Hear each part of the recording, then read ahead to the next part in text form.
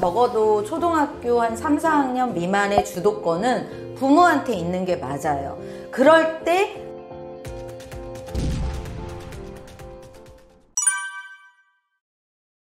사실은 제일 좋은 거는 책을 책으로 만나지 않는 시기부터 책이 환경으로 놓여지는 거예요. 책을 책으로 알기 시작하면 우리가 이제 기성세대가 어른들이 말하는 책이라는 그 용도와 목적이 있거든요. 아무래도 그런 것을 아이한테 주입하려고 하면 흥미보다는 기능성으로 빠지니까 실증을 느낄 수가 있단 말이죠. 어렵기 때문에. 그런데 아주 어린 시절 엄마 무릎에서 엄마와 더불어 그 아이가 책을 책으로 만나는 게 아니라 엄마와 아이와의 사랑을 나누는 매개체로 만나지거든요. 네, 그때는 그러니까 그냥 장난감이면서 엄마가 그거를 세밀하게 뭔가 자기한테 리액션을 해주거든요. 그러니까 이 아이한테 그건 책이 아니라 그냥 엄마와 정서를 교류하고 엄마와 만나는 시간, 나하고 밀착되어 있는 시간, 사랑을 나누는 시간이에요. 그러한 첫인상으로 책이 들어왔을 때 나중에라도 중간에 책이라는 독서가 끊겨도 그 아이의 그 잠재된 책에 대한 좋은 인상은 굉장히 오랫동안 성인이 돼서까지 가져가는 거죠. 그래서 조금 빠르게 엄마와 더불어 애착의 도구로 시작하셔라, 이렇게 말씀드리고 싶네요. 대체적으로는 우리가 이제 이게 교육 패러다임에서 과거 산업시대의 교육 패러다임에서 일어나는 현상들이 이 독서에도 오는 건데요. 그러니까 독서를 이제 기능으로만 보고 외부에서 있는 그 지식을 이 아이한테 넣어주고 싶다, 이런 이제 뉘앙스로 독서를 많이 주는 경향이 있어요. 그러니까 독자와 상관없는 책들이 막 들어온다 이거죠. 좋은 옷이 있어요. 멋진 옷이 있어서 다른 아이가 입었을 때 너무 멋있어 보였어요. 디스플레이 된 옷이 너무 멋있어 보여서 그걸 사다가 우리 아이를 생각하지 않고 그걸 사다가 그대로 이 아이한테 착장을 시킨 거예요. 근데 뭐가 안 맞아요. 팔도 안 맞고 디자인, 그 다음에 컬러도 이 아이 피부톤하고 안 맞고 영 이상해요. 이거와 똑같습니다. 외부의 책 좋은 컨텐츠들이 아주 많아도 이 아이의 기질과 이 아이의 여러 가지 요소들, 그동안 이 아이가 자라왔던 환경, 관심사, 기호, 이런 거에 의해서 그 책이 맞을 수도 있고 안 맞을 수도 있고 굉장히 다양하거든요. 그래서 아이를 먼저 관찰하고 아이의 기호, 적성, 아이의 기질, 이런 것들을 자꾸 들여다보면서 이 아이를 더 발굴시켜 줄 수 있는 책이 무엇인가, 이 아이가 지금 관심 있는 분야가 무엇인가, 이거를 좀 관심을 가지면서 컨텐츠를 연결시키고 컨텐츠가 도우미가 돼야지, 컨텐츠가 주인이 돼버리면 아까 말씀드린 것처럼 아이한테 맞지 않는 옷을 아주 비싸게 그냥 사서 무용지물로 만들 수밖에 없다는 거죠.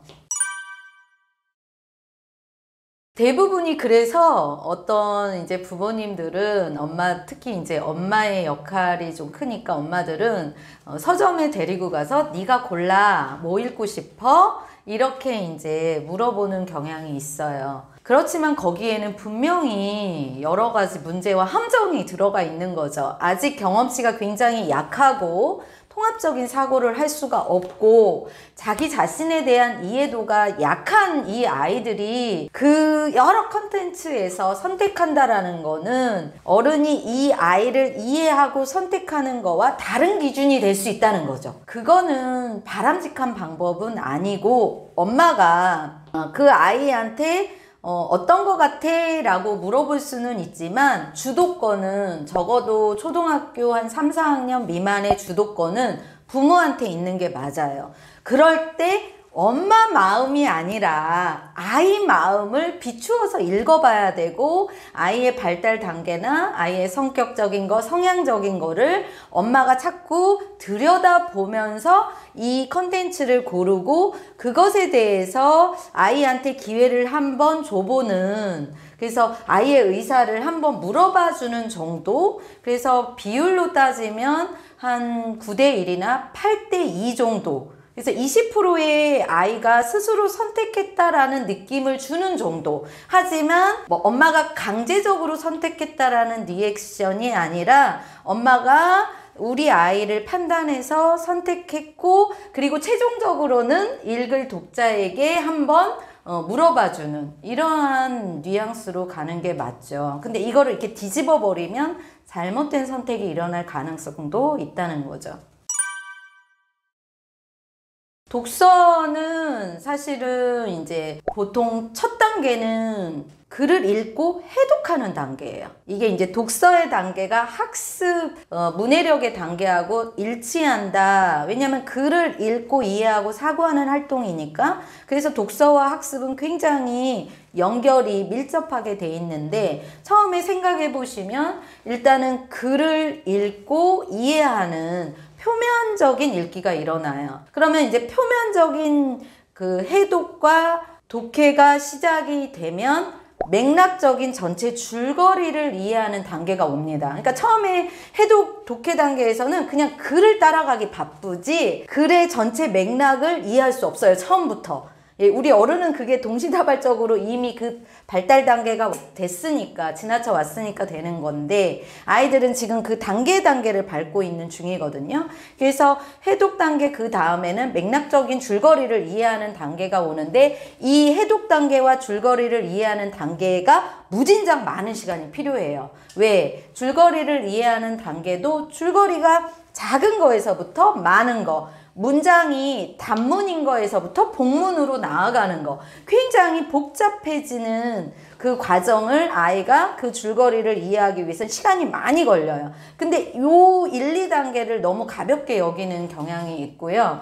요게 돼야 우리가 행간을 읽는다, 의도를 읽는다의 분석적 읽기가 되는 거예요. 그러니까 1, 2단계가 아주 만만해져야 분석적 읽기가 되고, 분석적 읽기가 될 때 독서를 하는 이유인 나에게 적용이 되는 거예요. 나에게 적용이 돼야 독후감도 쓸 수 있는 거지, 줄거리 읽기 단계에서는 독후감을 쓴다라는 거는 사실 큰 의미가 없어요. 그러면 나에게 적용이 된 걸로 끝이냐? 아니요. 나에게 적용이 되면 나의 컨텐츠, 나의 글로 다시 나아가요. 그게 이제 독서의 최종 단계인 창의 독서입니다. 그래서 책을 읽는 거는 이러한 단계 속에서 남이 쓴 글을 수용하기 위해서 읽는 게 아니라 나의 생각과 나의 컨텐츠로 나아가기 위해서, 발판을 가져가기 위해서 책을 읽는 거죠. 근데 이제 그동안의 주입식 교육 형태에서 책도 그렇게 바라보니까 자꾸 수용적인 독서를 하게 만드는데, 남이 쓴 그 많은 글들을 내가 수용해서 뭐 어디다 쓸까요? 생각해 볼 문제인 거죠. 독서 단계를 엄마가 이해하고, 그러니까 주도권이 지금 엄마에게 있다고 했잖아요. 아이가 스스로 판단하고 선택하기에는 아직 경험이 굉장히 부족한 아이들이기 때문에, 성장 과정에 있기 때문에, 그러면은 주도권을 가진 엄마가 우리 아이를 많이 관찰해야 되고, 우리 아이 내면으로까지 좀 들어가 줄 수 있으면 좋은데, 발달 단계를 이해해야 어느 시점에 머물러 있는지, 그리고 이게 기계처럼 뭐 딱딱딱 잘라서 가는 게 아니라 왔다 갔다 왔다 갔다 하거든요. 그러니까 엄마도 이 아이에 맞게끔 그 단계를 계속 왔다 갔다 할 수 있도록 허용하면서 업그레이드 단계가 또 조정이 되고, 또 후퇴했다가 다시 업그레이드 조정이 되고, 그러기 위해서는 우리 아이가 해독은 만만해졌는데 독해 줄거리 이해가 되고 있나? 이런 것들도 너무 확인하려 하면은 안 되고, 옆에서 독서를 나누어주는 독서 파트너가 되어준다면 보여요. 엄마는 보여요. 그래서 그런 것들을 엄마가 겉으로는 너무 확인하려고 하지 말고, 속으로는 이 아이가 어느 정도까지는 되네, 이러한 조금 능력? 엄마의 이런 것들이 좀 필요할 것 같아요.